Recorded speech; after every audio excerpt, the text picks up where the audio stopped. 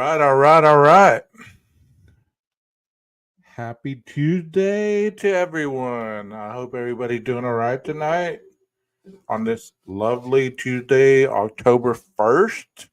Welcome, October. Glad to see you here. My name is 12 Gauge, and I'm your host of 12 Gauge Investigative. I hope everybody's doing well. And if you're new to the channel, I hope that you check out some of the things that I have in store in the library. So why don't you take a look around and see if there's anything that you can find that you can enjoy. And if you're not new to the channel and you are a returning individual, thank you so much for being here. Thank you, Aquarius, Rondi, Glitter. It looks like you guys are eager to have some good discussion tonight. It's always awesome to see all you, and I hope that you guys are doing well. So tonight, I was looking through some videos and I found one that I thought was quite interesting. This is about the Alibi, and it's by Court TV. Vinny, I can't remember what his name is. Vinny Politan. So let me get this started because it's quite a long video, but we've talked about his alibi before. So let's go ahead and talk about it again. Let's see what Court TV has in store for us. Man, my allergies are acting up today. Layla, thank you for being here. And let's go ahead and get started. Let's see what Vinny has to say.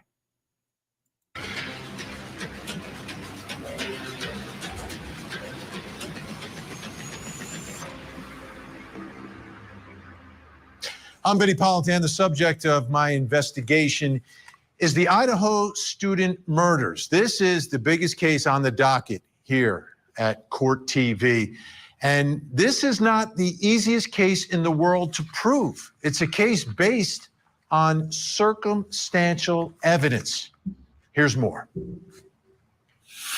Ethan, Xana, Maddie, and Kaylee were four friends living together in an off-campus house at the University of Idaho. They worked hard and were all flourishing as students and having the time of their lives. They were popular and their house was known as a gathering spot for fellow students. All of that tragically changed in the early morning hours of November 13th, 2022. Those four students were stabbed to death inside their home. The brutal crime shook the community and touched the nation, setting off an intense manhunt for a killer. Students were afraid to be alone on campus. Some never came back. Investigators from the Moscow Police Department joined forces with the Idaho State Police and the FBI, following every lead, every tip, and every piece of evidence. That investigation took them across the country to Pennsylvania and led them to this man, a grad student at a neighboring university in Pullman, Washington.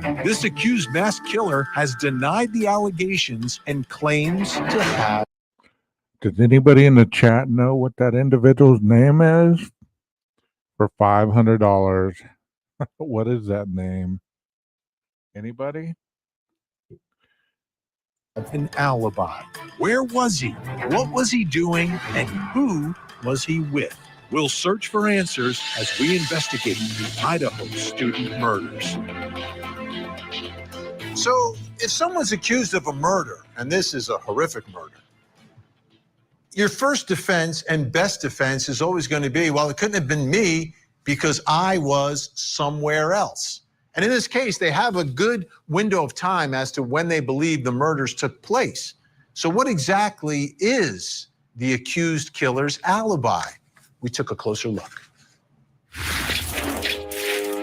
The alibi for the accused Idaho student's killer is that while four college students were murdered in the early morning hours, he was out for an innocent joyride.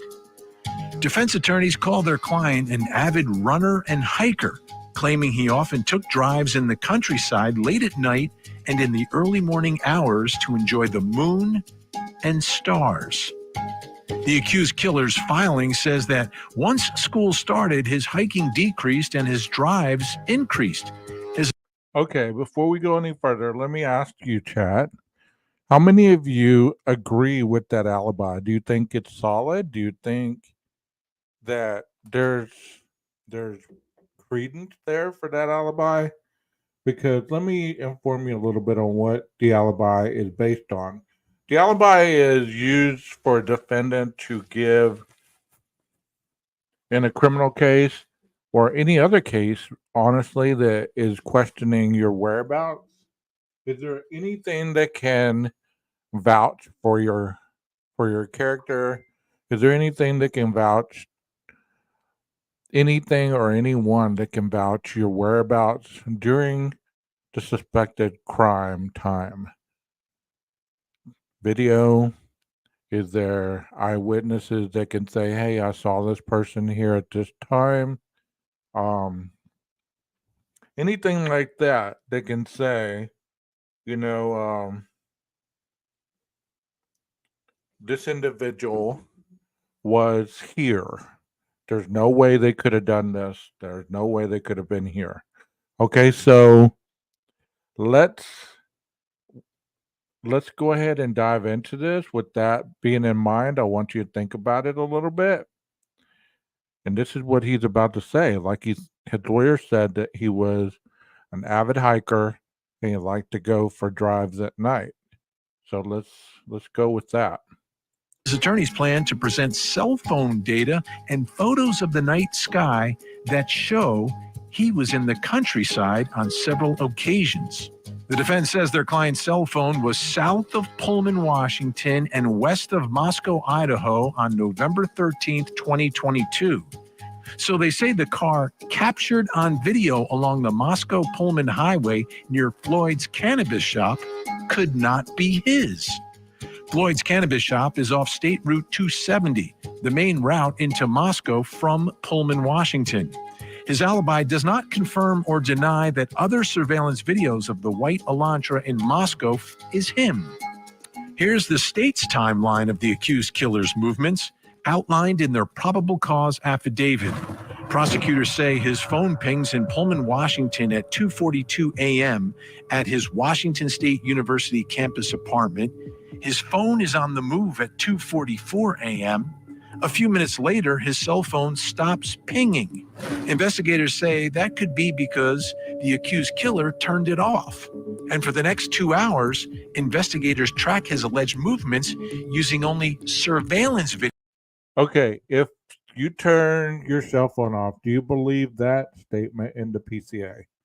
I mean, because there's a lot of people that don't hold credence to the PCA. They say the PCA is not valid. It's, in the words of one creator, they calls it shit paper. You know, it's all kinds of. It's been called a lot of different names. So I don't know if you believe in the PCA. I don't know if you believe in what they just said about him possibly turning his cell phone off. And good evening to the individual that just came in while I was talking a while ago. PKC, Alley, Texas.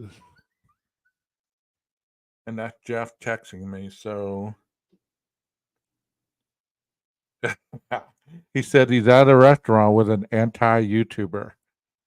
So do y'all believe that he possibly turned his cell phone off? Y'all answer that question for me. Video of what they say is his white Elantra. The state alleges that the accused killer drove from the WSU campus to Moscow by way of State Route 270, a claim they support with surveillance of a white Elantra seen heading in the direction of the highway at 2:53 a.m. and a photo of the same car near Floyd's cannabis shop further down the highway. The accused killer claims that it was not him. Cameras caught a white Elantra traveling through Moscow, first on streets near the crime scene, then on the victim's street from 3:39 a.m. to 4:20 a.m. Police say the accused killer turned his phone back on at about 4:48 a.m. near Blaine, Idaho, a rural community in the countryside about 10 to 15 minutes south of Moscow. According to the prosecution, from 4:50 a.m. to 5:26 a.m., his phone travels south towards Genesee, Idaho, going west toward Uniontown, Washington, a route that could lead toward. See, all this stuff confuses me because honestly, I've never been there. So, Paula, you're a local, so you know the road that they're talking about. Would this make sense of what they're saying that um Highway 270, would that have been if your phone was off, do you get good coverage around that area? Is there not good coverage? Like it's talking about right now, this road on the way to Waiwaiwai County Park, is there good service throughout that area? I don't know because I've never been there, you know. Hopefully one day I'll be able to go there and see all this for myself. But we've heard a lot of things about the phone coverage and things like that. So, um, I don't know. I just Hawaii Park. The accused killer claims that park was his favorite place and that in the early morning hours of November 13th, he drove there. His alibi does not say when he got home, but the state says at 5:30 a.m. his cell phone uses service in Pullman, Washington. According to prosecutors, that's when he got home, not after an innocent drive, but after committing a quadruple murder. So that's the accused killer's alibi, but that brings me to our first question. Let's take a look. Does his alibi make any sense? Court TV producer Cody Thomas is on the case and joining us from Washington State. Cody, there you are. Let me ask you, because it's very specific where he said he went. So my question to you is, does his alibi make any sense? Well, Vinny, of course, it's up to the court to have a direct answer to that question. But I did go down to his favorite location, Waiwaiwai County Park. And I also went at night to just kind of get a feel of the stargazing vibe that he was going for. It was a long drive. There was a lot of dirt road, several miles of dirt road to get there. Take a look at what this park would have looked like after dark at the entrance gate. According to Brian Kohberger's alibi, he says during the window of time that the murders occurred, he was out driving around simply stargazing, specifically ending up right here at what he calls one of his favorite parks in his alibi, Waiwaiwai County Park. Now, of course, there's nothing wrong with coming to a public park, doing what you want to do, stargazing included. That's what they're here for people's leisure in the community. But one caveat about this park in particular, it closes once the sun goes down. It doesn't reopen until 7 a.m. And if you pan over here to the left, it's gated. And that gate is closed. No cars coming in, no cars coming out. So according to Brian Kohberger's alibi, he says he was here during the window of time that the murders occurred. Now, we know those murders occurred between 3 a.m. and 5 a.m. Now, how is it that he could be out here at those times if this park is closed? Not to say his alibi is untruthful, but it does get a little muddy once you throw that crucial piece of information in here about Waiwaiwai County Park. What do y'all think about that? So the park was supposedly closed at that time with the gate blocking entrance to the park. Did he mean that he drove by the park? I mean, because I have a video that shows there's a road that goes by the park area, but I don't think. Let me get Google Earth up. I think you can go by the park.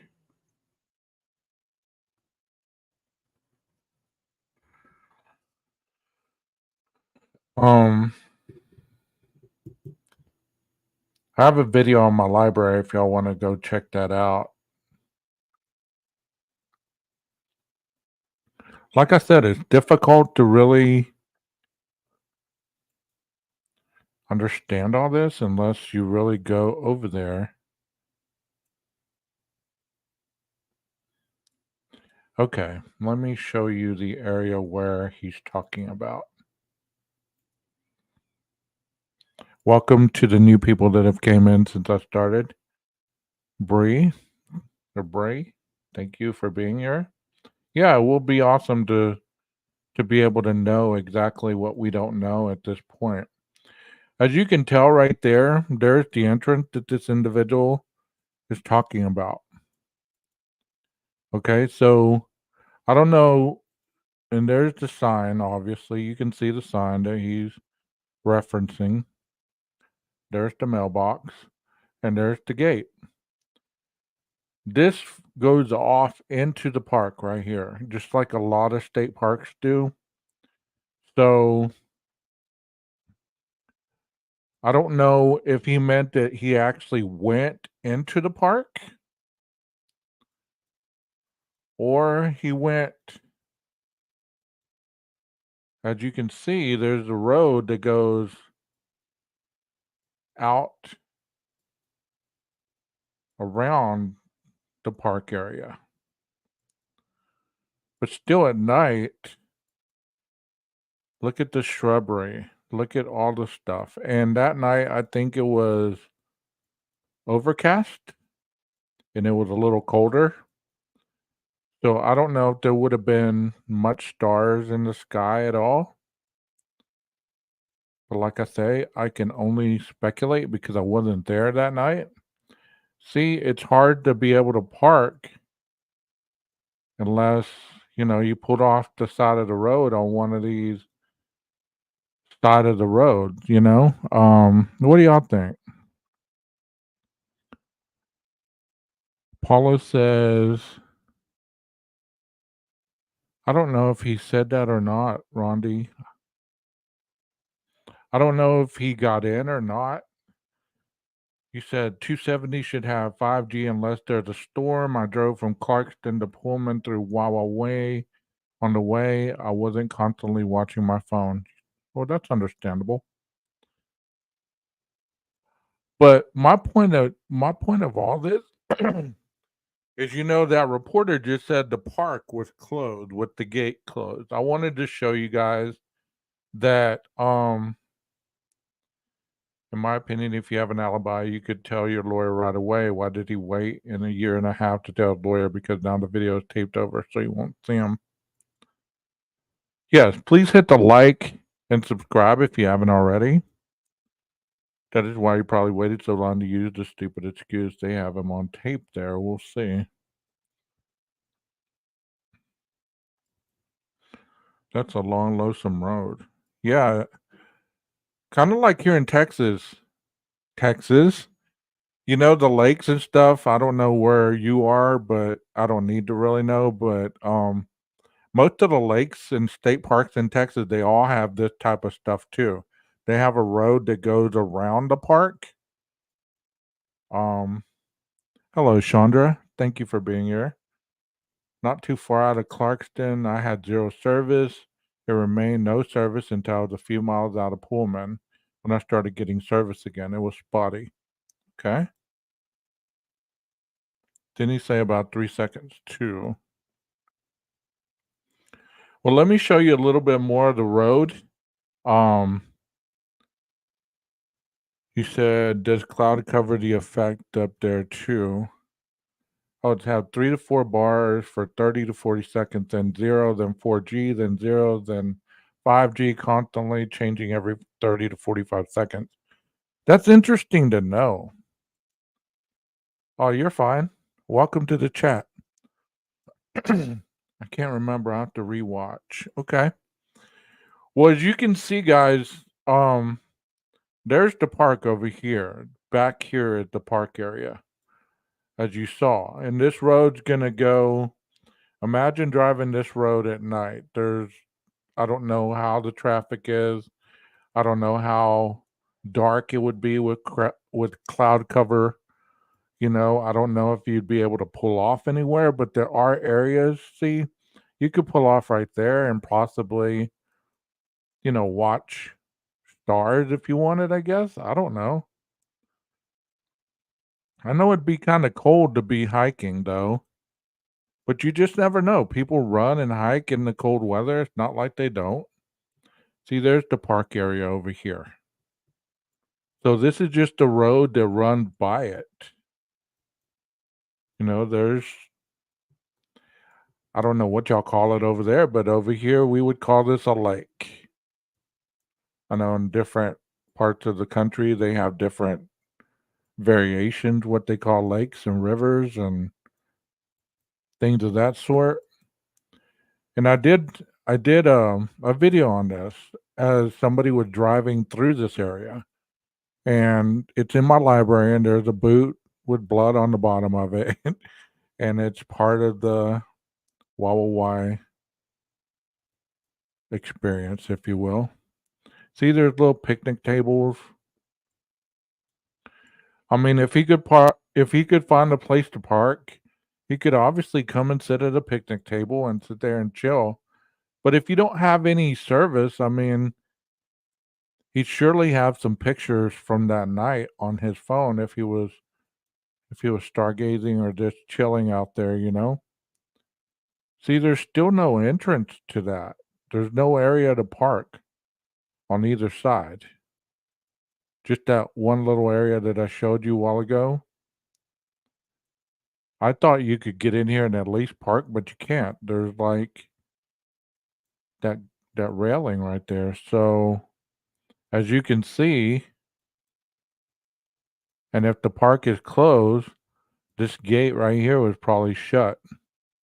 But we really don't know because, you know, I've never been there, and unless you've been there, you know whether this shuts at the time that they close or not. If it doesn't, then you can pull up right here, sit here and just chill and look at the mountains and look at the water and do as you wish. But as you can see, not only does it change climates on Google Earth, it's really close to the water. And I just wanted to show you that, to show you that there's not really many areas to park.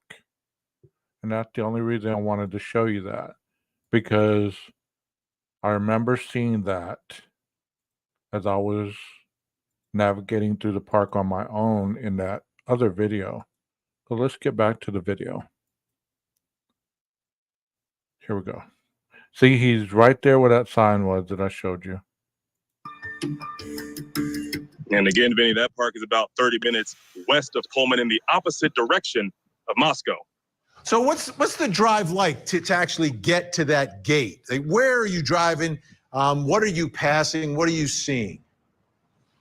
I'm not seeing much of anything besides all of these wheat fields that you can see behind me. And at night, it was very dark, as you can see on your screen right there. And I was out there maybe around 9:30 to 10 o'clock. And you can see there aren't many cars out there. There's one passing right here, but maybe 3 out of that entire trip that I took. And once you get off this main road, you go down 7 to 8 miles of dirt and gravel road with fields on both sides and not much civilization at all. And in fact, at one point, my cell phone dropped signal. Luckily, I was paying attention and figured out how to get back. But after midnight, I don't imagine anyone could pick him up out there. And I find it weird that he was out there at that time in the first place, given what that drive was like.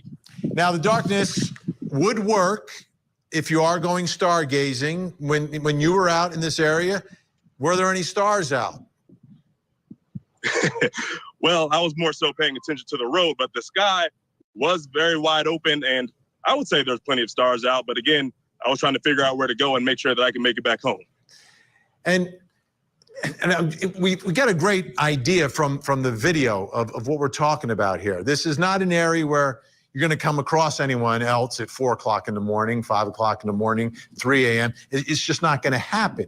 But are you passing any businesses? Are you passing any homes, any farms? Benny, you're passing nothing but open fields without barns, without houses, and all essence of the phrase middle of nowhere. So originally we were told the crimes happened between 3 and 4. And then they changed it to to 4:20, right? So let's say from 3 to 5 was the 2 hours right there that, he left his house at 2:47 or 2:37, 2:47, I think. So from 2:47 to 5:20, those hours right there, he was not accounted for after the phone went off the grid, so to speak. So from that time until 5:20 in the morning when he got back home, where was he? Where was he? Was he out driving around here? Was he out? Did he drive out here, get out of his car, sit somewhere in the dark? And because look how dark that is. I mean, I wouldn't think there was any lights out there, seeing it's a park, like a state park, and they usually don't put lights unless it's a walking path or something like that. There might be some lights. Like I said, I do not know. But it's interesting to me that you would drive out in the middle of a cold night and just sit somewhere without any service whatsoever, chancing that your car wouldn't break down, that you wouldn't have a flat tire, that you would, I don't know how much gas he would have had in his vehicle if it was full, any of that stuff. Anything could have happened, right? So that's taking a very wild chance not having any cell service. I don't know about you, but I don't like those kind of odds. What do y'all think? Where that's what this park felt like. I mean, you were just going and it was dark and I had my bright lights on. Then all of a sudden, up to the right, I saw the entrance gate and I was like, oh, there it is. But before that, you didn't see much of anything on this entire drive. And I presume there was no one else at the park at that time. Absolutely not. I was the only one going down that road around 9:30, 10 o'clock. I was the only one coming back off of it. He also, I believe you said it was a place he would go to run or to hike. And obviously that's what this park is about, right? This is a place where you get in touch with nature. It's way off the beaten path. And I guess it's a place where you can kind of get away. But is it a place you think you'd have to know about to come across? 100% you'd have to know about it because, again, like I said, obviously I was on the main road right here in the clip that you're seeing. But once you get off that main road, close to 10 miles of gravel, no businesses, no buildings, maybe just a couple of power lines running out to maybe there was a building in the park. But again, that gate was closed, so I wasn't able to go in and see what was actually in there at night. But from what I could pick up, you would definitely have to know about it, probably if you were a local or have gone to school out here at WSU or the University of Idaho. And his alibi is that he's by himself. And how did you feel driving in that area by yourself in the dark, Cody? I felt like I wanted to get out of there immediately. Of course, I wanted to go see what it was like, try to get a feel of what he was talking about, get a feel of his alibi, see if the stargazing was true. But as soon as I saw what I needed to see, I was out of there ASAP. All right, Cody Thomas on the case. Thanks so much, Cody. When we come back, we're going to talk about some video that is out on the internet. And the question is this video, is it his Elantra? And look what time it is, 4:07 and 41 seconds or so. I think he parked at 4:08, all right? And then at 4:08, probably exits the vehicle sometime after that. And then at 4:20, it leaves at a high rate of speed. On the next episode of Accomplice to Murder. The call came in as a boy not breathing. Paul was the person who had been carrying out a lot of the punishments that Shonda had chosen to inflict upon Timothy. At some point were you instructed to do something? I mean, you're right. You're right, Baywatcher. You're right on point. I used to live in an area where there was a lake. You drive out there to the swimming area. You drive on down to the boat ramp. There's little parks where you can camp out at night, but the park closed at like 10 o'clock. There were gates. You couldn't get into the park, but you could go to the swimming area. And I mean, it was there were lights, it lit up. Police would drive by, you could sit there and just chill, just like what he's claiming he did. But at the same time, you'd have the ability to say, okay, there's a store across the street. The store caught my car on camera. Here, even with this alibi, you couldn't, unless there was a house or something that caught his car on camera, it's hard to say this alibi holds water. I mean, that's all I'm trying to say. I'm not trying to say that he was lying. I was not trying to say that it didn't happen. It's just hard to believe that alibi is strong enough in his defense. More than because he wouldn't wake up, put him in an ice bath. How does a 15-year-old child die as a result of malnutrition? Accomplice to Murder with Vanny Politan. Season finale Sunday night, 8/7 Central. Only on Court TV. Today. So we are still looking for all pieces of evidence, but we are still looking for the weapon. And I will say that we have found an Elantra. The Elantra, the white Elantra, perhaps the most crucial and important piece of evidence in this case in tracking down the suspected killer. They don't have the weapon, but they have this white Elantra. Now, the white Elantra is referenced in the arrest affidavit, and they connect it to the suspect, and it's referred to as the suspect vehicle in other parts of the affidavit. Let me read that to you because I think it's important. Videos obtained from the King Road neighborhood showed multiple sightings of suspect vehicle 1, the Elantra, starting at 3:29 a.m., ending at 4:20 a.m. So they have this window of time. Suspect vehicle 1 makes an initial 3 passes by the 1122 King Road residence and then leave via Walenta Drive. 1122 King, that is the crime scene.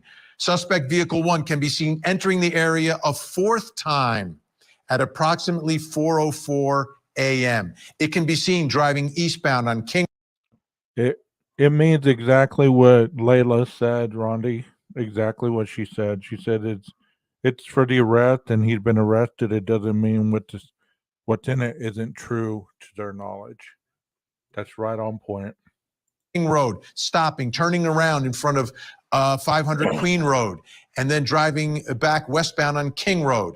When suspect vehicle 1 is in front of the King Road residence, it appeared to unsuccessfully attempt to park or turn around in the road. The vehicle then continued to the intersection of Queen and King, where it can be seen completing a 3-point turn and then driving eastbound again down Queen Road. Suspect vehicle 1 is next seen departing the area of King Road at approximately 4:20 at a high rate of speed. They are tracking this car via all this surveillance video. Now, there is some surveillance video that's circulating on the internet. This is a still frame from it. You look to the top of the frame, you see the little light there. What car is that? Whose car is that? And the question I have relative to that video is this his Elantra? Joining me to answer this question, host of Gray Hughes Investigates on YouTube. Gray Hughes is with us. Gray, thanks so much. I know that you have looked at this timeline. You have studied the evidence. You've studied the videos. Let me ask you the big question first of all. Is this his Elantra, in your opinion? I would say 100%. And why? Why do you say that? Why do you say 100%? Well, if you look at it like this white Elantra is moving around and it matches exactly what law enforcement says in the probable cause document. And then the vehicle parks at 4:08 near the 1122 King Road residence. And then it leaves at a high rate of speed at 4:20. Inside of that 12 minutes, all 4 of the victims were murdered. And left at the scene was a knife sheath that had Brian Koberger's DNA on it.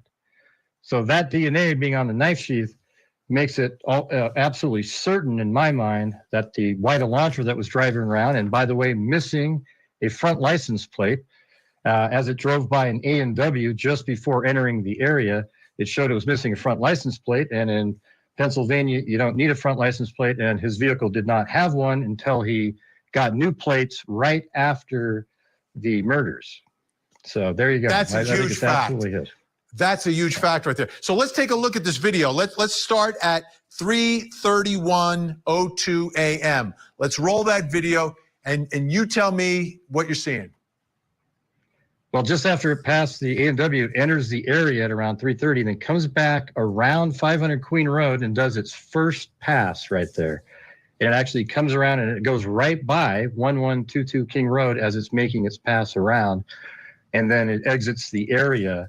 And there might be some question now if it takes a right on Taylor Avenue or left, but it makes the same loop.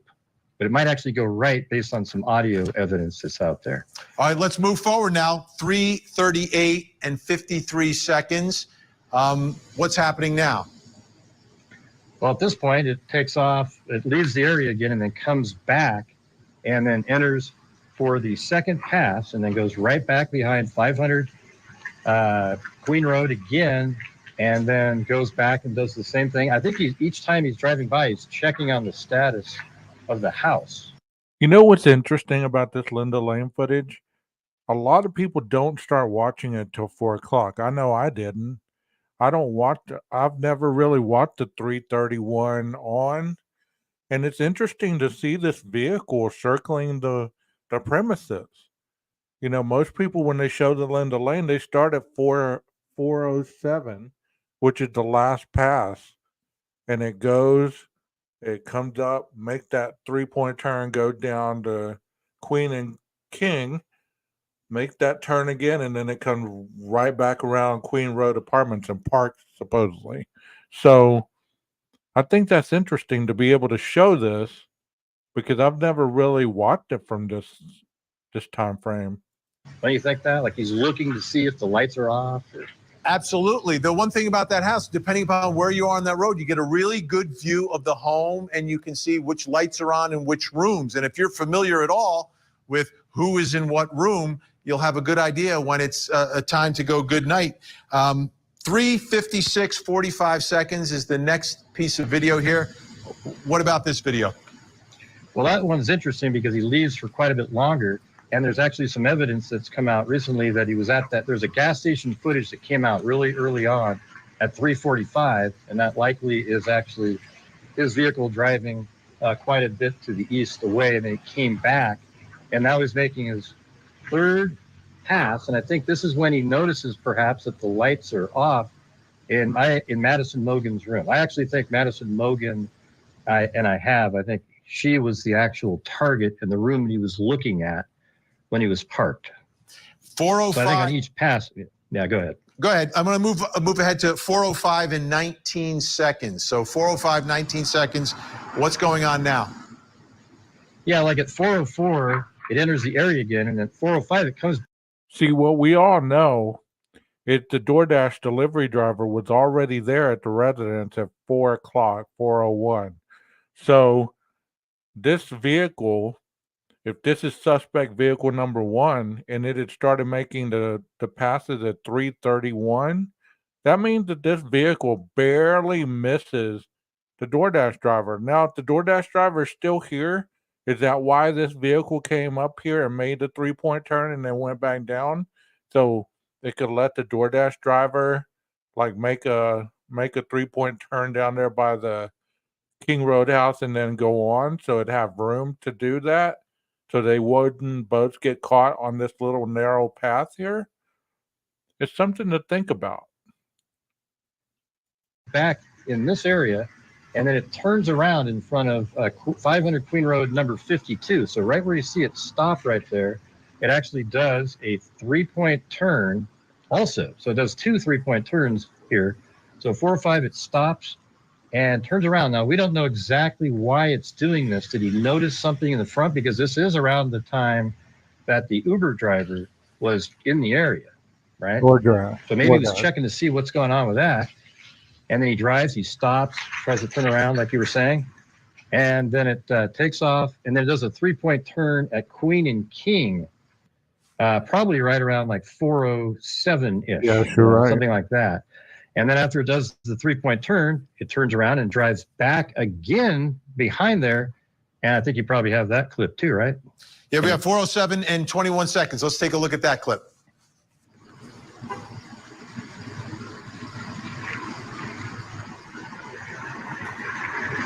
And so here it comes around for that last time, and it's really going quick. And I think he's made up his mind now. He's going to do what he's going to do. He's got to, he's seen that the lights are off. He knows her lights are off, and he's going to go and he parks the car. So look what time it is right now. It's 4:07, 45 seconds. He's probably going to park at 4:08.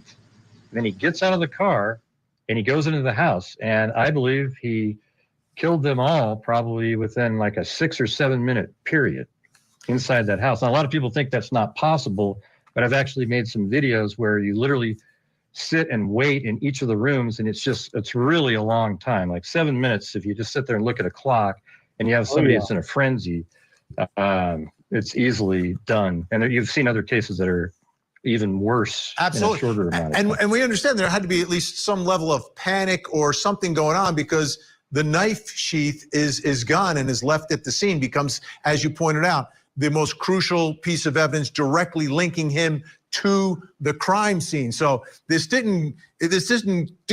And that's what's interesting about this whole case. If that knife sheath wouldn't have been left behind, would the phone data, would the passes of the car, would that have been enough to convict this man if that's going to be used at all? Without the knife sheath placing the perpetrator in the house, would that be enough to convict? Many people say no. Many people say the car just a false, like a red herring. Many people say that's not enough either. And obviously people are entitled to their opinion, of course. But you have to ask yourself, if you're debunking this information, 4 people died, okay? How did they die? Was there not a car used at all? How did they die? Because I've heard people say they didn't even die at the home, so I don't believe that. I believe they died at the home. Didn't go 100% perhaps the way that it was planned, because you would never plan to leave that behind. Now, as we looked at this video, the one thing that is clear, we have about 20 seconds here. The one thing that is clear, this video is in one location, but they've got camera and surveillance video, prosecutors do, in several locations. Yeah, 112 King Road. So there's actually 1112 King Road. That's kitty corner there, has a great shot. I actually have a sample image from that house, and it's crystal clear. So when that car is coming around, they can tell it's an Elantra. So they were able to say it's an Elantra. There's a lot of people that say, oh, that's not an Elantra, but they've actually determined it was from that camera, and the one that goes behind there is a different camera. You can't really make it out great, but it fits exactly what the probable cause document said. Gray Hughes investigates. Thanks so much. We'll keep digging for answers as the investigation continues.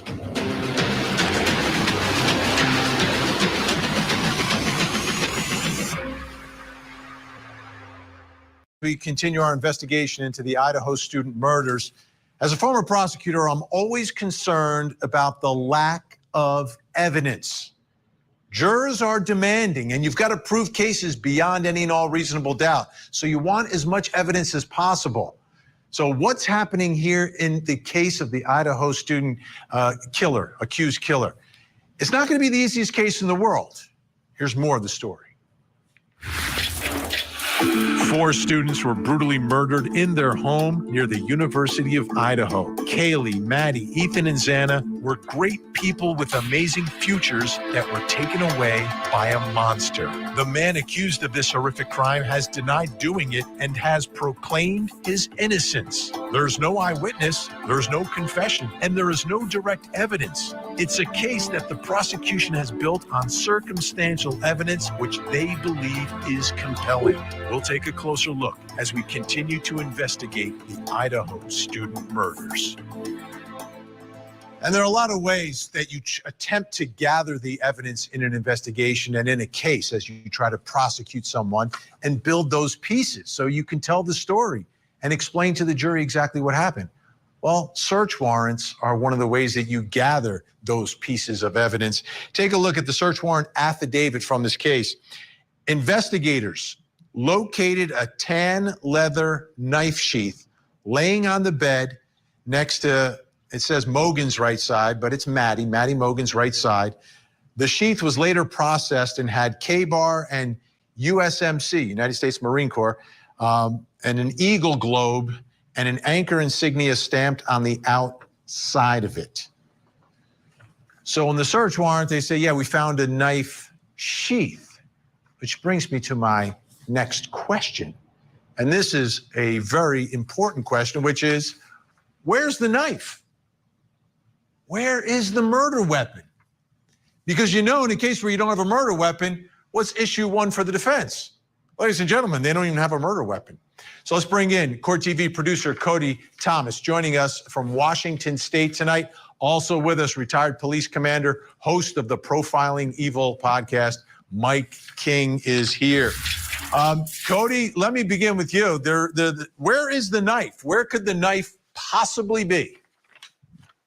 Well, Vinny, the first part of that question, we have to remember that the drive from Moscow to Pullman is only about 15 to 20 minutes tops if you go directly to between each city. According to the probable cause affidavit, Kohberger's phone pings on a drive that's well over that, maybe about 45 to 50 minutes, an elongated road home. And I took that drive, and I could probably pick out 100 different places you could hide a knife, especially after midnight. Take a look at this drive. So we are back here on the University of Idaho's campus here in Moscow, in the neighborhood of the King Road house where the crimes took place. Now, what we're going to do is we're going to take the drive that police believe Brian Kohberger took after he committed the crimes that night. Now, remember, he lives in Pullman, Washington, only about a 15 to 20 minute drive away from here in Moscow on SR 270.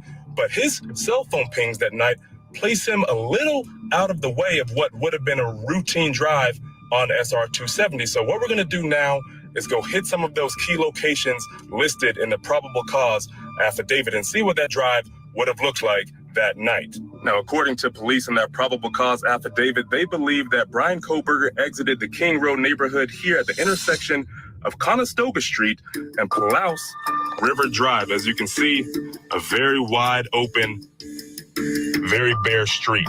Now, remember, during the window of the murders, Brian Kohberger's phone did not ping on any local cell towers. Some police believe that he could have had it turned off, he could have been on airplane mode, but it was not pinging on any towers nonetheless. But around 4:48 a.m., it pinged going down this road, Highway 95, going towards Blaine, Idaho. Now, this is south of Moscow and about 32 to 35 minutes away from his apartment in Pullman. So look at these businesses right here. Do you believe that any of these businesses could have had some camera? Being so far out here, I don't know how they are in Idaho, but here in Texas, we're not very trusting about people. We have a lot of property crimes, a lot of people stealing, copper and all kinds of stuff. So I don't know how it is in Idaho, but we have cameras everywhere. So, it's police, yeah. I know. I see some of the names. I'm like, what? How do you say that? Kind of like Waiwaiwai, But see that business off to the left there in front of that semi. You wonder if any of these businesses had cameras or any kind of footage that they turned over to the police. Even being at night, you could still see remnants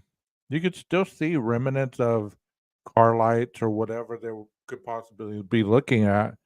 And also, I was thinking just now as he was speaking, if the perpetrator chose that route to drive, okay, I believe, in my opinion, that the individual would have driven this road more than one time to find out exactly the best place to lose coverage or not lose coverage. That would have been part of the plan, is to find an area where your phone isn't pinging. It doesn't necessarily have to be off. It could just be a place that doesn't have good cell service. Also, if it's in the dead of night, I don't believe that he got rid of the knife. I believe that he kept it. If it was his first kill or whoever's first kill, I believe they kept the knife. They wouldn't have gotten rid of it because it would have been symbolic of doing something that they, if it was their first time, have never done before. So it would have been almost like a trophy. Let me see here. Christy G said Ellie was looking for the knife in Lolo Mountains, but that's in Montana. Strange. I don't know where that is. But do you get what I was just saying? I mean, some of these businesses could have had cameras. Like I said, I don't know the area, so I can't really comment on a lot of it. Also going in the opposite direction. Now, as we continue down Highway 95 South, the probable cause affidavit says he goes through Blaine, Idaho, and then continues into Genesee, Idaho. That's where his phone was consistent with pinging off of the local towers. And you can see that this is wide open road, plenty of field on both sides of the road. And also to note, no cameras, no street lights, no, nothing to pick anything up out here as far as cars going down the road, but I do see a couple cell towers on top of some of these hills as we continue to go. According to the probable cause affidavit, after passing through Genesee, Idaho, he then headed west towards Uniontown, Washington, before heading back up north to Pullman. And Uniontown is where we are arriving right now. And as you can see, still very barren out here. No surveillance cameras, but remember, this part of the investigation was not relying on the surveillance per se just yet, but more so on his cell phone pings out in this area. And keep in mind, we are still over a half hour away of what should have been just a 15 to 20 minute drive from Moscow back to his apartment in Pullman. I just wanted to stop and show you guys a further lay of the land out here. We are headed from Genesee to Uniontown, Washington, where some of his phone pings were picking up on the way back to Pullman. Now, as you can see, this is a dirt gravel road. Not a single car, for as far as you can see, in either direction. And no surveillance cameras, no street lights, ample acres, massive expanses of land. Now, remember, we do not have a murder weapon in this case. We don't know where he ditched it, but out here among all this land could definitely be a possibility, especially around 4 a.m. Perhaps the murder weapon could be somewhere out here, along with some of those bloody clothes if he allegedly committed these crimes. We have now, after making that long loop of a drive, we've arrived back to Pullman, Washington on the Washington State University campus. We are now on Stadium Way. This is one of the main strips on campus. It's also one of the main roads mentioned in that probable cause affidavit. It's one of the roads where they say at many intersections, cameras picked up Koberger's white Elantra as he arrived back here after 5 a.m., somewhere around 5:25, 5:27 a.m. As you can see, it's very busy around here with students walking around on the sidewalks. And we're coming up on one of these intersections here now. So let's see if we see any cameras. And I see 1, 2, 3, I count 4 cameras at this one intersection on each of these traffic posts. Now another intersection right here. Do you believe that they really didn't interview this man at all? Especially once they figured out it was a white Elantra, they started looking at these cameras and they started getting a visual of a white Elantra going through this area at that time of the morning. You don't believe that they didn't go and interview him? I'm not talking about interrogating him. I'm not talking about getting prints or anything like that. You can interview. You can bring anybody in for an interview. And they're not under arrest. They're not obligated to talk. You know, you can evoke your Fifth Amendment right. So, you know, you don't believe that in no time they didn't interview him and ask him, hey, what was with this, 5:20 in the morning, we saw a white Elantra traveling down Stadium Way toward your residence. Can you explain to us a little bit about what you were doing that morning? I mean, maybe I'm just reaching a little bit, but I would believe. Okay. But I'm sure they had all this stuff before he left, I would think. I could be wrong. I'm just talking right now. But I would think, if you knew about the Alondra and they found the Alondra on campus, then they would know where that person lived. What would keep them from going and knocking on the door and saying, "Hey, we're looking for a white Elantra. Can you tell us where you were at this time of the morning? Blah blah blah on this date." Things like that. Do you think that that was possible at all? Do you think that could have happened or not? I'm just far-fetched out there. Still thinking the woman that pulled Brian over talked about crosswalks may have early on. Yeah, possibly. They might have wanted to make sure that it was him. They want to get off surveillance. Yeah, that's very possible. I mean, I'm just thinking out loud, you know?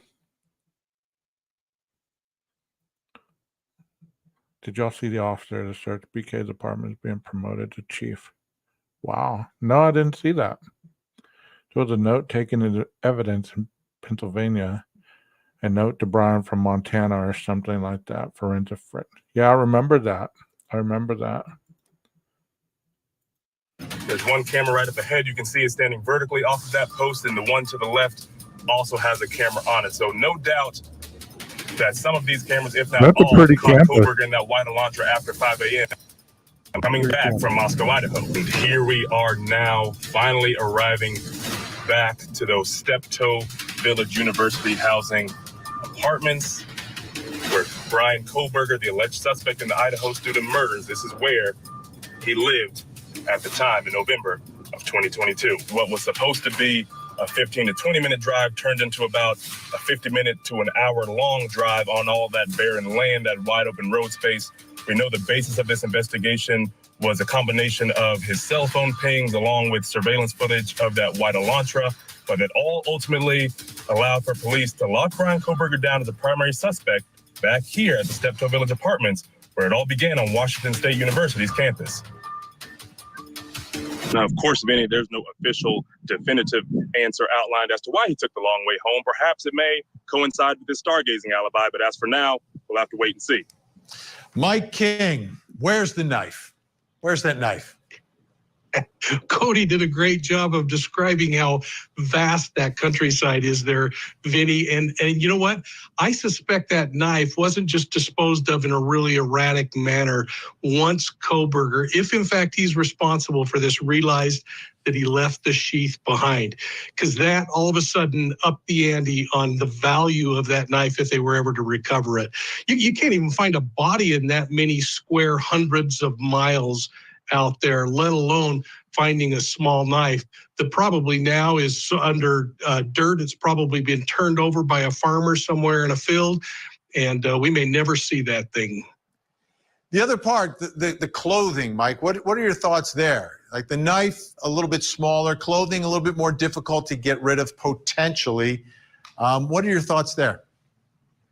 Yeah, I think what we see, if this is the responsible guy, we see that there was a great amount of organization before the homicides occurred. And so, and what generally happens with an inexperienced criminal is that as soon as they break out into the crime spree that they're going through, everything that they plan for goes out the window and they become disorganized. But the idea that he may have pre-configured how he was going to dispose of the clothing. We know there were clothing changes, that it's pretty reasonable, I think, to just theorize that he already had a dumping spot figured out for that, whether it was a dumpster or multiple dumpsters, because we know he's gone east of the residence, he's living west of the residence, he's traveling through all kinds of countryside to the south. And like we've seen in other homicides, Vinny, some suspects in the cases throw pieces out in different locations to try to make it a lot harder. And as they spread that out, it's less noticeable to somebody passing by. A little piece of sock in one garbage can and a sock 5 miles away in another could completely throw people off and never raise this thing to the level of suspicion. All right. And again, this is some of the evidence that isn't there that worries me as a former prosecutor. Mike King staying with us, Cody Thomas staying with us there. Next question. What was he doing after sunrise? Surveillance camera inside the grocery store shows Koberger going inside and buying some unknown items before coming back out and leaving. one of the most successful true crime TV shows ever. This is crazy. Now has a new home on American. Well, here's a question for you guys.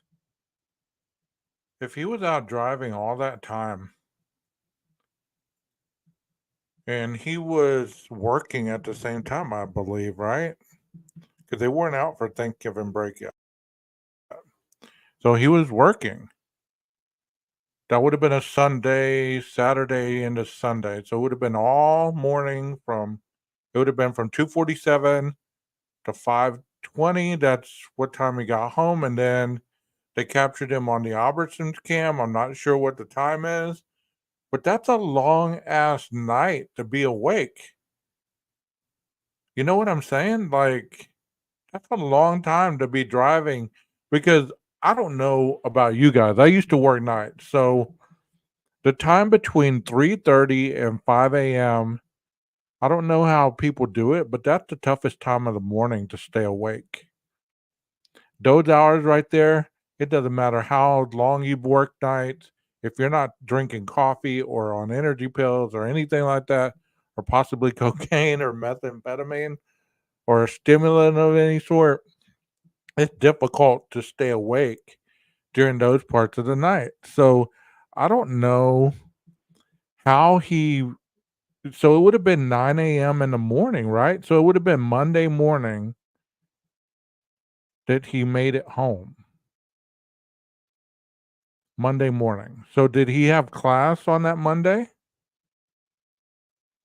That's what I thought. It said that so if it was 12:46 p.m., that would have been after lunch, right? So did he go to work that morning?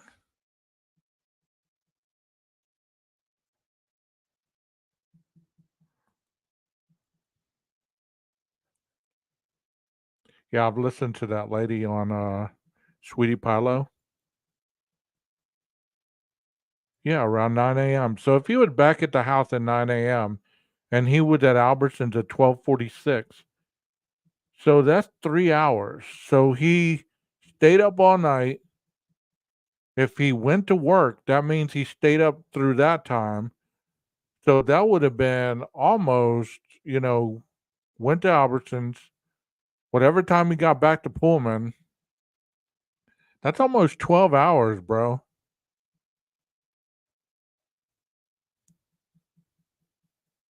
Oh, didn't he go to Albertsons on Sunday, not Monday? I thought it was Monday. I could be wrong. Why don't y'all look that up and get back to me in the chat? Autopsies, and detectives have been provided with the results of those autopsies. We know that the autopsies confirmed the identity of the 4 victims, determined the cause and manner of death as a homicide by stabbing, and determined that it was likely all 4 victims who were asleep during the attack.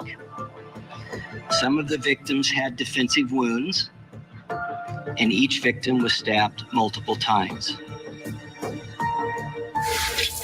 So difficult to look at those photos of those young people taken at such an early age.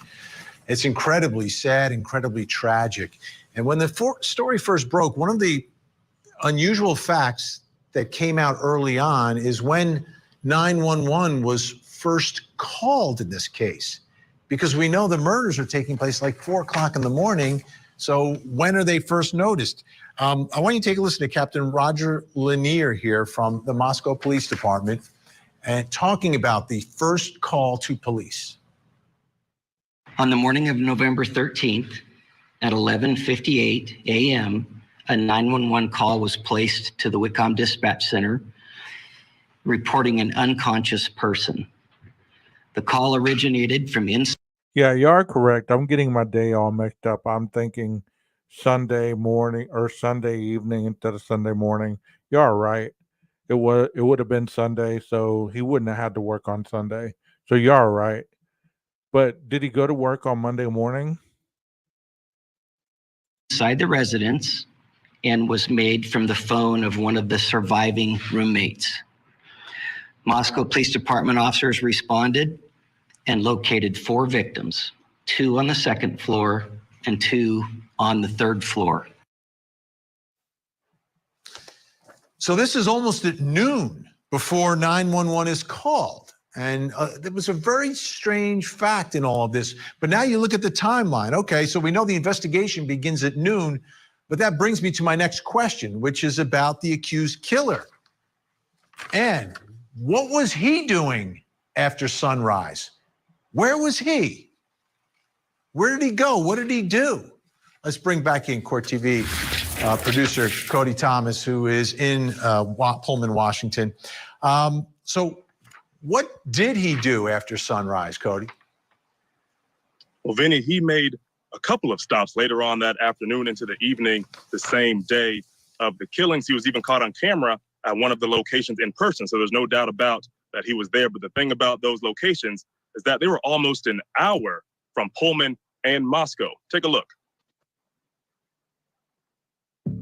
So we're back here at the King Road location. You can see it right here behind me where those murders took place on November 13th, 2022. Now, what's interesting about that day, of course, we know the murders happened between 4 and 5 a.m., but around 9:36 a.m., a few hours after the murders, Brian Kohberger's phone pings in the area yet again. Now, did he return to the crime scene? We don't know. That has yet to come out. We'll learn those details, of course, during the trial. But he also went to a few more out-of-the-way places of his apartment and this location about 45 minutes away. So we're going to go check some of those places out right now that he went that same day, later that afternoon, after 12:30, going into the evening around 5 p.m. So let's go check some of those places out. Now, according to the probable cause affidavit, surveillance video from this U.S. chef store here in Clarkston, Washington, picked up the white Elantra passing by this Kate's Cup of Joe espresso stand. It's also consistent with where his phone was pinging here in Clarkston at the time. It happened around 12:36, the same day of the murders, and he also showed up at another spot just up the road, also here in Clarkston, which is about 45 minutes away from his apartment and about 50 minutes away from the location on King Road where the murders took place. Around 12:46, the same day of the killings, Kohberger's phone pings right here also in Clarkston near this Albertsons grocery store. And not only does his phone ping, surveillance camera inside the grocery store shows Kohberger going inside and buying some unknown items before coming back out and leaving. Again, this is in Clarkston, Washington.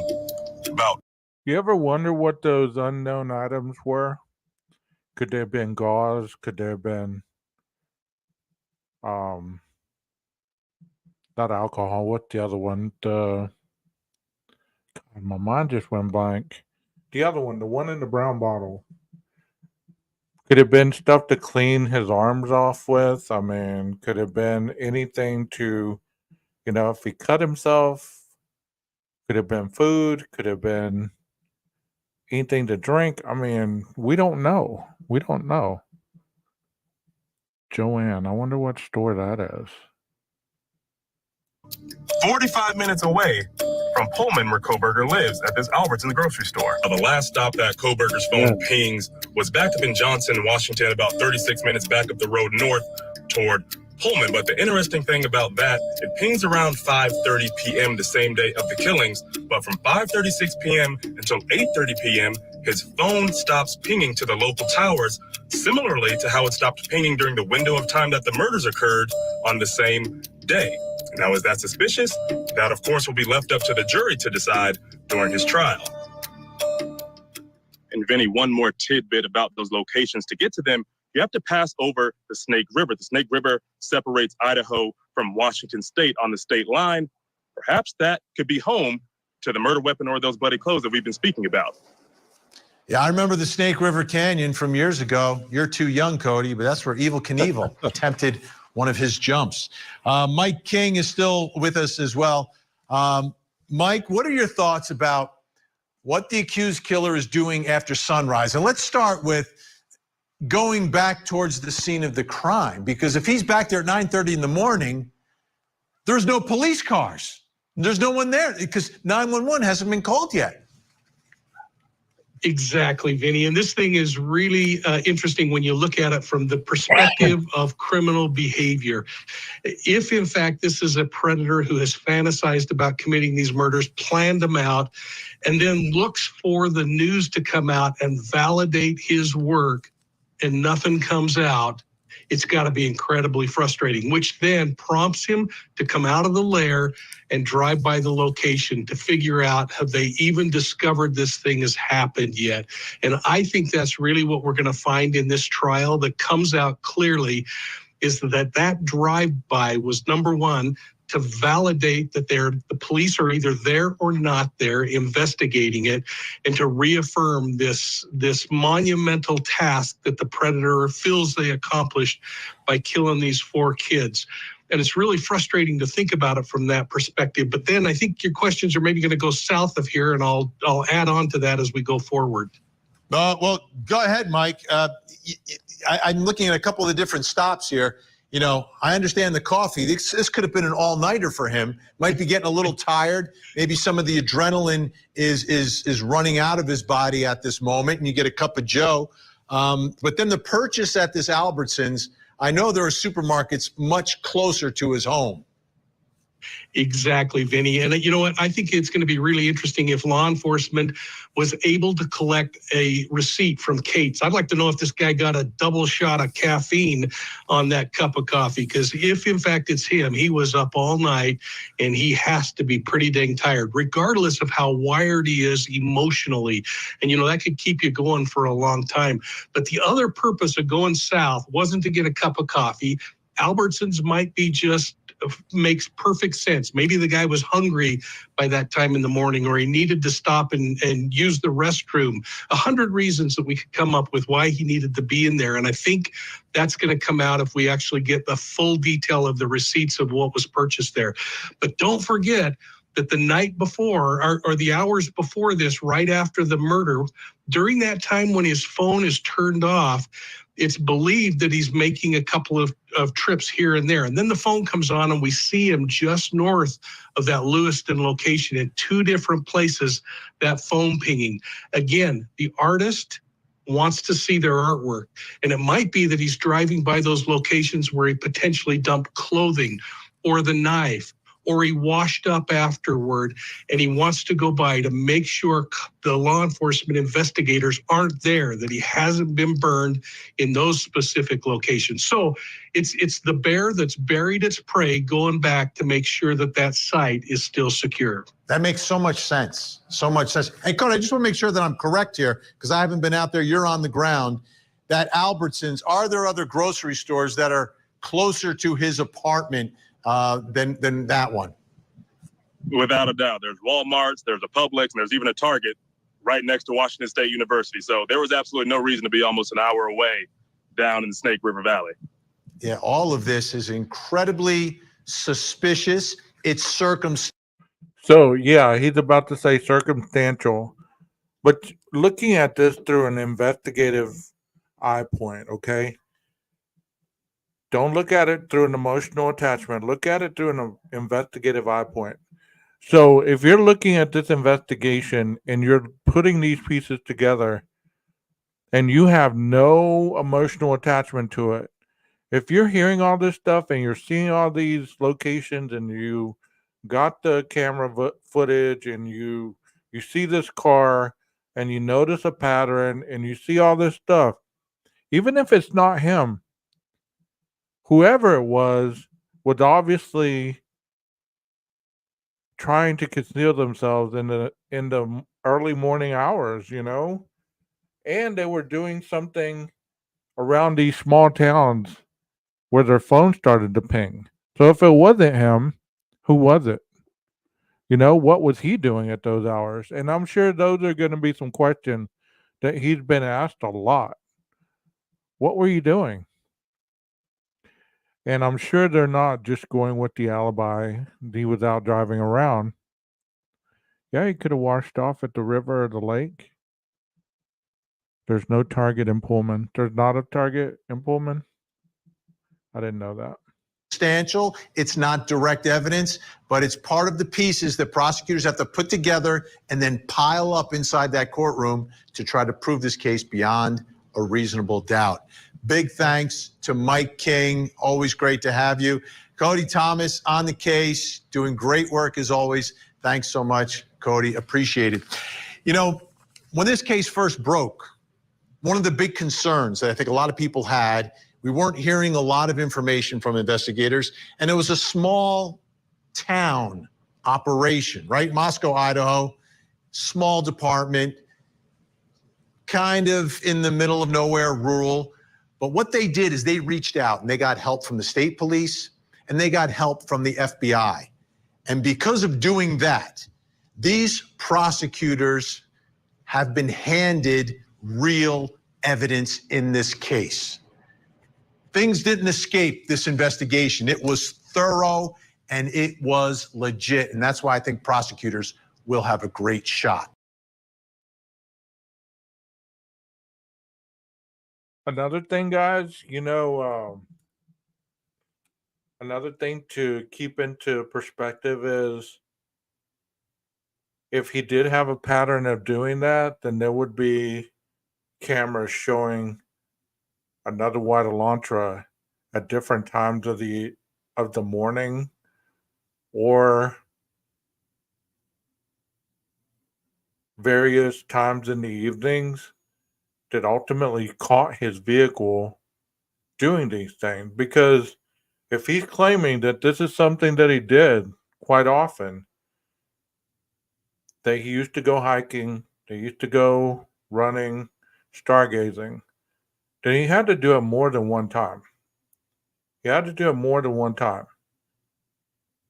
If he was a creature of habit, then he did it more than one time, then there would be footage showing him actually moving throughout the same kind of location that he's claiming he went.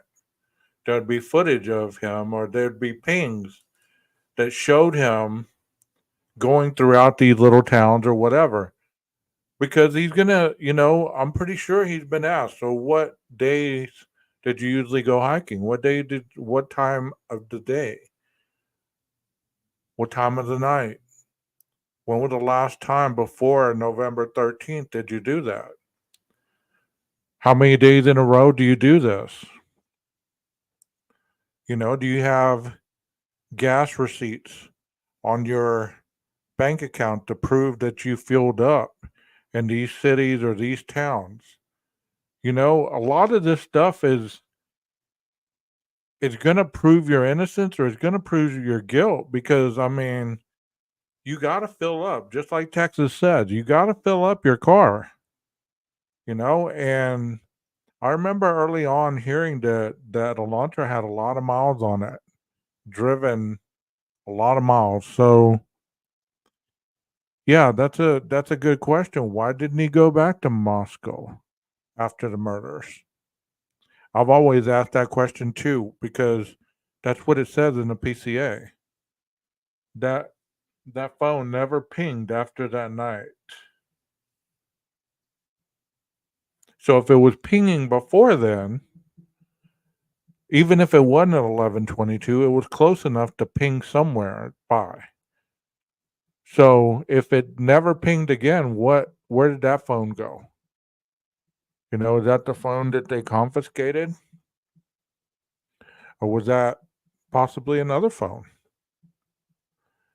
All these questions are investigative questions. They're questions that are logical because you're going to ask these questions of a person who's either claiming innocence or you're trying to find guilty. Very possible he could have done that.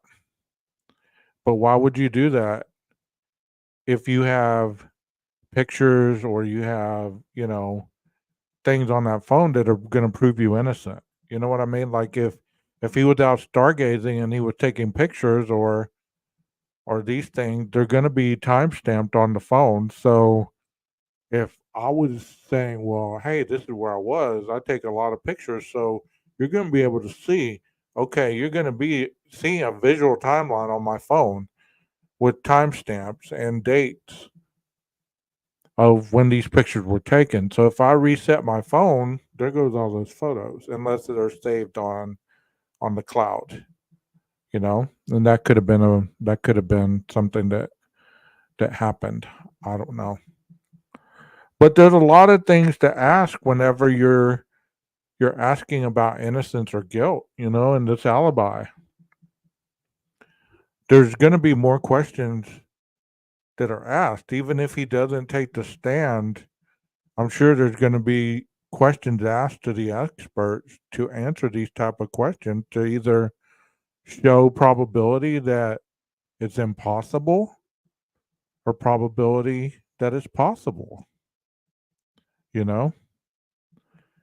said, I'm pretty sure I feel like the prosecution is pretty sure they have the right guy. Soon enough, we'll learn why they feel so confident. Well, I mean, any prosecution, if you've gotten this far in the process, you have to, it's only logical to believe that they have either what they believe is the nail in the coffin or their evidence is strong enough to sway the jury without a reasonable doubt. That's all that has to happen. That's it. To sway that jury without a reasonable doubt, and you have guilt. So even if most of it's circumstantial, evidence is evidence. Even circumstantial evidence is evidence. And there's been people convicted of circumstantial evidence, So, I mean, there's been people set free because of lack of evidence, or the attorneys couldn't put the pieces together to show that this was possibly the individual being accused of the crime.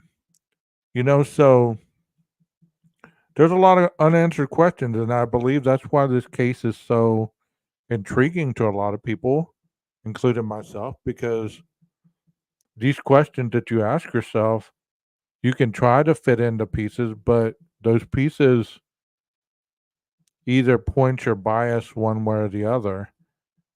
It's hard to be unbiased whenever you're trying to put these pieces together. Kind of like this piece that we just watched. I don't believe that they were being one way or the other. I think that it was, some of the wording may have sounded like one way or the other, but you have to remember also, he was a former prosecutor, so his lingo is going to lean toward people being guilty. It doesn't mean that he's emotionally feeling that he's guilty. By his practice and his years of service, it's just an automatic response. You don't forget what you've learned. It's like if you've been talking about people being guilty for so many years, it's not like you're going to instantly, if you change that field, you're going to instantly forget how to talk in a legal manner that you're used to or accustomed to talking. So he wouldn't necessarily all of a sudden say, in my opinion, or I believe so. No, he would say, well, he committed a crime because, in his mindset, they have the evidence and he's locked up. And that's why so many people get aggravated, I believe, because that's the mindset of a lot of people that are labeled as guilters, that we've been programmed to believe and to see things a certain way. And it's hard just to go against your programming. It's hard. It's kind of like being a doctor, you're going to talk a certain lingo all the time. Even when you retire, you're still going to talk that lingo. And somebody's trying to convince you that, they have a incurable disease. And you're like, no, there's no way that could be because this is this and this is that. Do you get what I'm saying? So I believe that's where most of the frustration and the angst and all that other stuff comes from because, people are programmed to speak the way they're programmed to speak in certain fields, you know. So I believe that's why it's hard for some people to, especially myself, because I've been working in the criminal justice system for 20 something years. So when I speak, I'm looking at it through the eyes. I'm being objective, but still not turning my back that criminals can lie. Criminals are, they use tactics and techniques, and, you look for certain things. So whenever I'm looking at these cases, I'm looking at it through those eyes. I'm not looking at it through the eyes of 12 gauge, the person who's sitting on the couch watching TV. It's a difference. You get what I'm saying? I hope you understand that. You know, because that will help you out a little bit, I hope, to keep from arguing with people, because certain people are programmed to be that way, not because they're emotionally involved and wanting to see somebody go and possibly face the death penalty or anything like this. And to be fair, there's some people that do. There's some people that do. They want people to face the firing squad or whatever, They're it's 50-50. But at the same time, what are you gonna do if all this time you believe this individual is innocent and then he's found guilty? Are you gonna be able to change your mindset? Are you still gonna believe they framed, or he didn't do it, or all this stuff, especially if you hear in the court evidence that goes against it? I suggest that maybe in your town, if there are murder trials, that you attend some of them.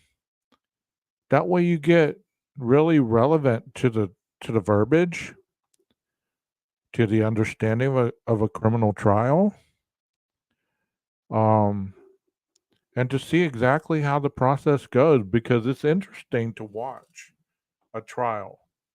Like I've spoken this one that I attended. It was a capital trial. And I could have swore the guy was going to get off because the defense attorney gave a hell of a presentation after the prosecutor spoke. And you know what happened? The assistant DA got up there and she started talking about DNA, and she started talking about 19 plus or this number plus 19 zeros after it. And there could not be anybody else but this person DNA on the gun. And there was this person, the victim, blood on the shoes, and she showed the shoes. She showed the shorts. She showed the shirt. She showed all this stuff. And it's not the same in this trial, obviously, because they don't have any of that. But I'm sure they're going to show what they found at the apartment. I'm sure they're going to show what they found at his parents' house. So looking at that evidence when you're there in person, it kind of, because I was ready to say the dude was innocent. Even though I heard a little bit about the case, I didn't hear all 4 days of it, but I heard the last day in the closing argument. I thought, man, maybe this guy is innocent. Maybe it wasn't him.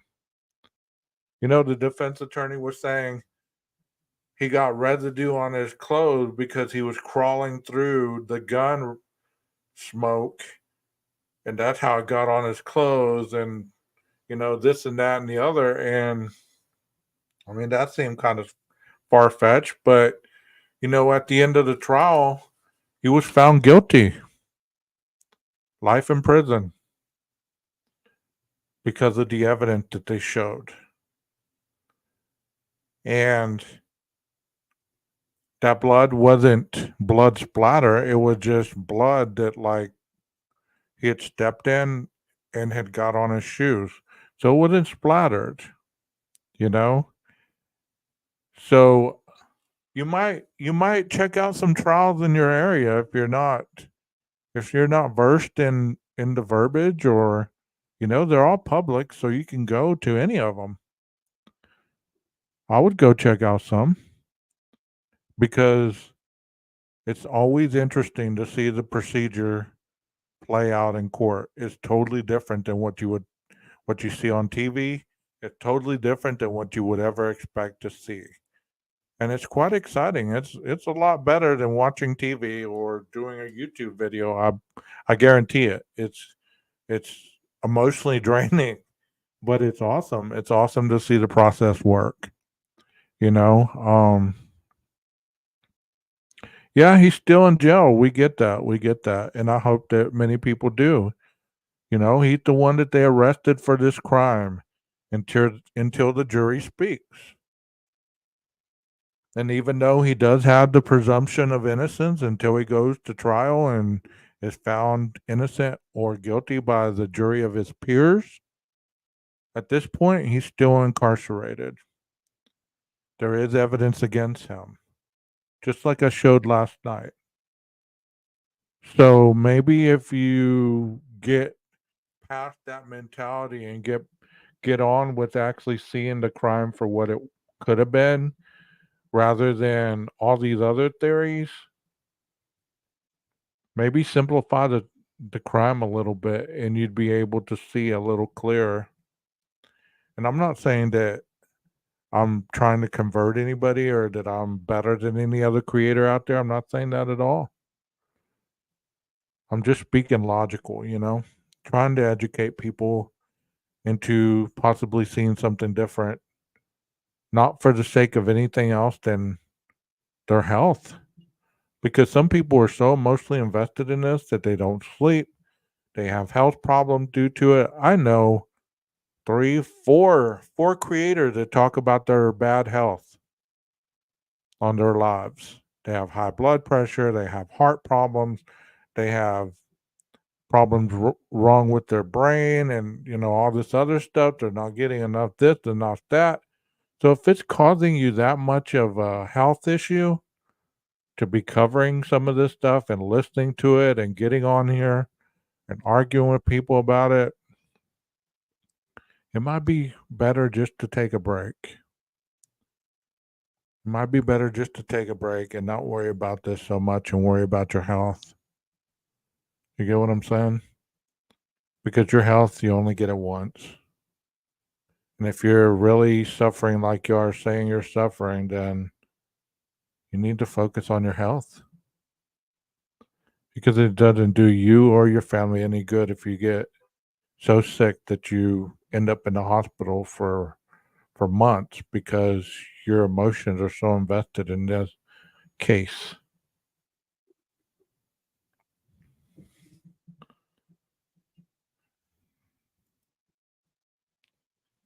Isn't it interesting? Although YouTube never did against them is a lie, but everyone around the crime is fair game and involved. That's true. Who do I think did this? That's a loaded question. I'm already seen as a guilter. You've seen it. People have called me a guilter. Somebody said, I used to be pretty cool until I became an angry guilter. I was like, you've never even seen me angry. How can you say that I'm an angry guilter? You know, I believe that whenever the police and everybody involved is investigating a crime, they're fallible just like everybody else because we're human. They do the best they can, and only 50% of all crimes are ever solved. So that's not a high percentage. But at this point, I would believe that they probably got, of all the suspects that have been thrown around out there, I would believe that this individual, profile wise and everything else that's been shown, probably matches the best in any other solution that I could think of that I've heard. Does that say that he's the guy? I don't think anybody knows that until the trial, but I believe at this point that they have enough evidence to be holding him without bail and going for the death penalty. I believe that they pretty much have the person they believe did this, you know?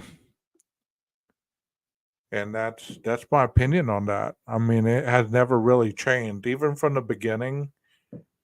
Once I read the PCA, once I've read about the knife sheaths and the 12 times before and all that other stuff, even throughout all the years, I've swayed back and forth, but it's hard to just go against my gut. It's hard. And it I did just tell you who. I told you it's him. I don't believe anybody else did this. I don't believe anybody else did this. I'm sure there could have been some other suspects that could have possibly met the MO, but if they had more evidence against them than this person, then they would have been in jail right now. You know?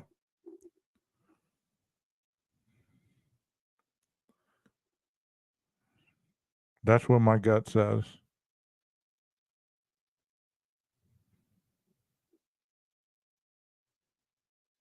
No, I don't believe he had help. No. It would have been too hard for more than one person to not only keep a secret, but to not be seen and not make a mistake. Because you might be good at cleaning your clothes and not leaving DNA or blood anywhere, but that doesn't mean that everybody who's with you would be the same way. I don't believe Kopaka was involved. I believe Brent probably had a lot of emotional distress, and it saddens me that people put his name out there as if he's a murderer. And if it's found that he was involved, then obviously I'm wrong, and I'm okay with that. I'm okay with that. I'm okay if BK ends up innocent. I just want them to find the right person and the right justice is handed down to the person who killed these 4 individuals. That's what matters to me more than anything. I hope that makes sense to you because that's how I feel about it. I'm all for justice, no matter who did it. Even if, we later find out that they got the wrong guy and, because there's ways of righting the wrong.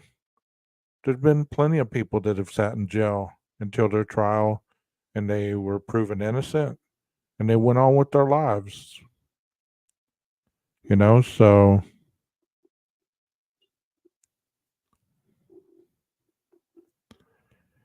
I believe that he's a strange individual, Leslie. He's definitely a strange one. I believe he just liked the limelight. I think he was trying to get his 15 minutes of fame. It seems like most people in that college town are fixated with knives. I mean, there was a lot of pictures with people with knives. There was a lot of people holding knives. There are people, walking around with knives, and you saw police situations with a guy on a knife or on a bike yielding a knife and all this other stuff. So I would say that in that area, having a knife is pretty common. Just like here in Texas, most people carry guns. Most ranchers and fishermen and all that, they carry a knife on their hip, because it's something they grew up doing. It's really hard to go against. Not a lot, Stevie. Not a lot. Thank you for being here again. Hope you've enjoyed the stream. I hope all of you have enjoyed the stream. If you have, please do me a favor and hit the like button so we can get this in the algorithm.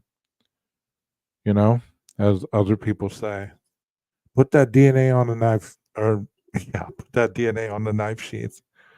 No, put the DNA on the like button. Paula says, my daughter has carried a knife since she was about 10, maybe even younger. Yeah, that's what I'm saying. when you live in, it looks like a bunch of rural area, you're gonna have knives and guns and crossbows and all kinds of stuff because that goes with the territory. So it's probably not that uncommon for people to be carrying knives. K-bar has been named as one of the most popular knives for people to carry.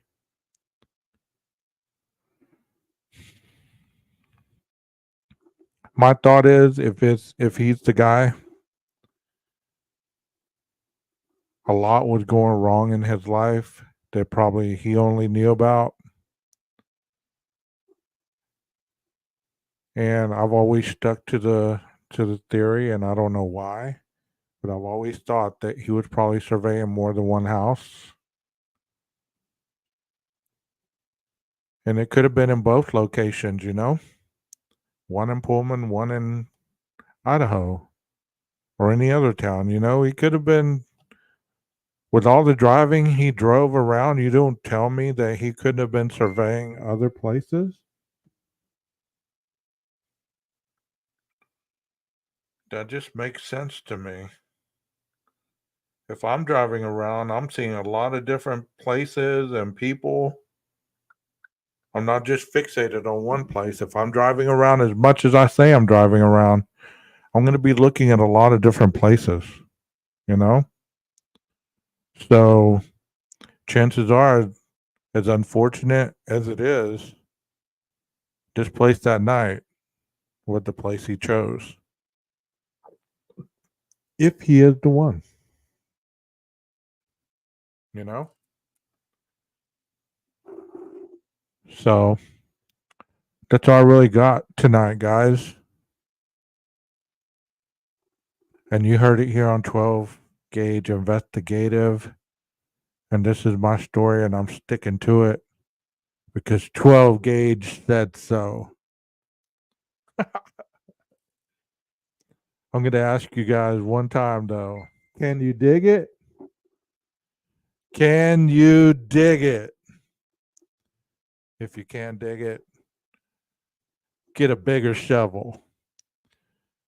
See you guys soon. Maestro, cue that music.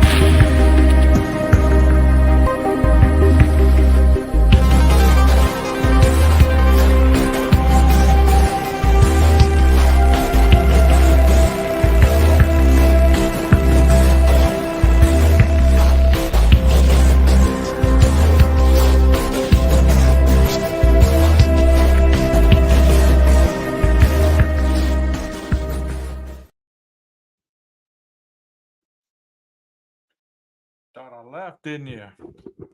Told you just never know where I'll pop back up. I was watching some wrestling earlier, some old wrestling stuff. If you have Netflix, you might go check out Mr. McMahon. It's a story about the WWF. Man, I never realized it was so awesome back in the day. I was never into wrestling. Now I see why people watched it. Anyways, y'all have a good night. I'm out of here. Take care of yourselves. Like I said earlier, I'll see you around soon.